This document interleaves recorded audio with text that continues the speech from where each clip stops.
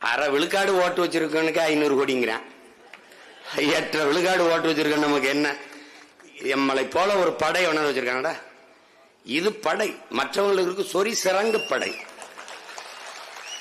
இது ராணுவம்டா, மக்கள் ராணுவம். சீருடை அணியாத, ஆயுதம் ஏந்தாத, அறிவாயுதம் ஏந்திய மக்கள் ராணுவம். அங்க சீருடை போடல,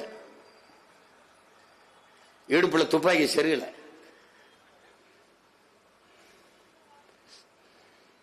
அதை விட வலிமையான ஆயுதம் வச்சிருக்கோம்.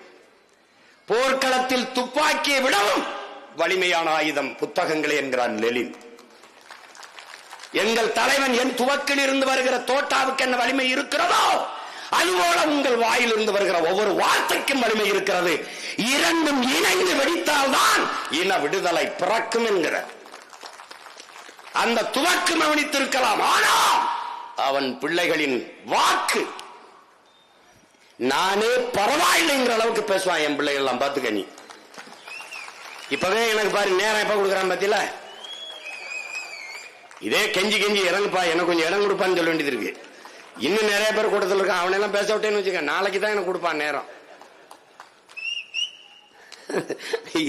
இது நினைக்காத தம்பி, இது வேற மாதிரி. இது வேற மாதிரி. இது நாங்கள் தோற்று இருக்கிறோம் நிறைய தேர்தல்களில். தேர்தலில் வெற்றி மட்டுமே வெற்றி அல்ல. தேர்தலில் வென்றவன் சாதிக்காததை தேர்தலில் தோற்ற பிள்ளைகள் நாங்கள் சாதிச்சிருக்கோம். நீ 8 வழிச்சாலை அப்படி 8 வழிச்சாலை எங்க போடு போடு போடு பாப்போம் போடு. நாங்க பரந்தூர்ல விண்ணூர்தி நிலையம் எங்க கட்டு பார்ப்போம். ஒரு கட்டு.